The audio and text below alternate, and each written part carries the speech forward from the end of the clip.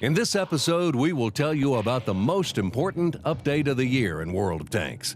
This update will change the way you think about how you play and what you do. We're talking about the new physics system. World of Tanks has already been around for 2 years. We've driven our tanks over familiar roads, and we've never wondered why it is that the mouse, which weighs 200 tons, can easily drive right up to the edge of a cliff. Or maybe we haven't thought about why the fast T-52 doesn't skid while it's speeding around corners. Maybe we've even thought that it's normal for tanks to run to the edge to shoot at enemies who are below them. We've gotten used to all of those features. When developers announced the new physics system, some of us have asked ourselves, do we really need these physics? Hell no. Because then, if you drive a tank near the edge of a cliff, it may fall down. If your tank is hanging off a bridge, it may fall off.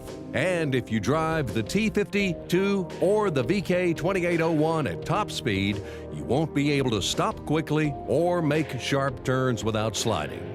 It is called realism. We decided to add it to the game, and it's definitely a success. Before, we just had a very detailed system of tank penetration to give a sense of realism, but now we also have a realistic physics system. You may ask yourself, how will this affect the average player? How will it affect gameplay? Will the game get harder or easier? We will answer every question in this video. First of all, the game will not be any harder or any easier because of the physics. It will just be different. Forget your old tactics and learn how to play World of Tanks again. A lot of the old maps have changed so that you can play in a new way. Now you will have to watch your tank more closely, paying careful attention when moving and stopping. The opposition can attack from unexpected places due to the map changes and physics system. For example, the speedy T-52 is happy in the castle ruins on Mountain Pass. As a bonus, there are now fewer places for you to get stuck. Now, after the new update, you can easily slip down off the hill and get away. You can also use this tactic for tight spots on other maps.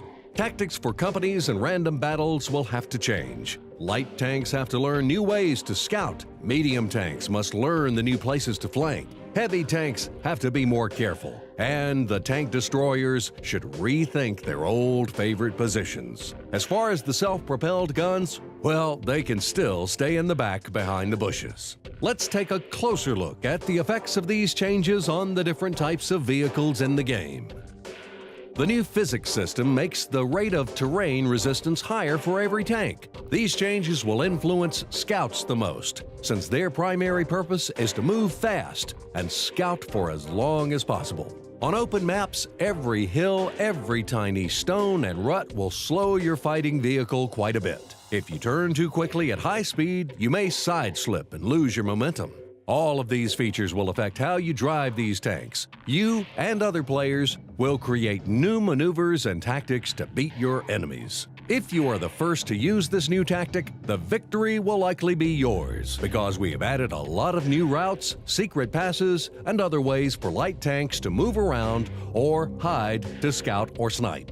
Medium tanks face a similar situation. The main difference is that they should actually shoot enemy tanks instead of just spotting them. Because of the terrain effects, you will have a lower speed during when you turn quickly, move from one type of terrain to another, or drive over small obstacles, like cars and trucks. Obviously, this feature will also affect gun stabilization. The pattern could destroy opponents at ranges of 100 or 200 meters without mercy previously, but now even the rocks under its tracks will lower its accuracy. It's likely that those tanks that rely heavily on shooting while moving will be affected the most by the new terrain features. In other words, it will matter the most for the American tanks.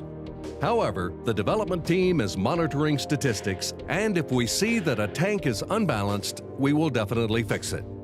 The new features will nearly not affect heavy tanks at all. Heavy tanks will continue driving, stopping, shooting, and continuing driving. This will not make a major difference. The only thing the heavy tanks should watch out for are the cliffs and hills where the fast light tank or the dangerous medium tank might attack them from behind. Select your direction of attack and retreat carefully. The physics changes are a blessing for the tank destroyers.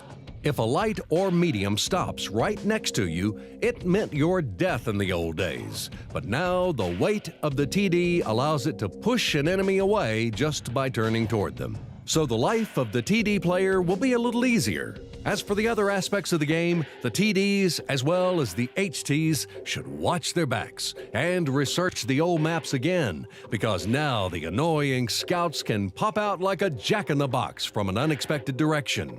The self-propelled guns also will not be influenced very much by the new physics, mostly because the main purpose of the artillery is to sit in the woods, shoot at spotted enemies, and slowly move from bush to bush. However, the positions you will use are different now.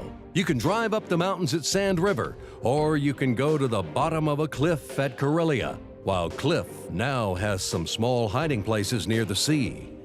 All in all, the physics release is the most interesting, significant, and epic innovation in the history of World of Tanks. Tanks aren't just cardboard boxes moving across a flat battlefield anymore. Now they are true battle vehicles. Driving your tank, you can feel the weight of its armor, every rock under its tracks, and every shot jarring your teeth, just like you are really the commander of that steel colossus. Top off your tanks, load up your guns, and get ready to roll out.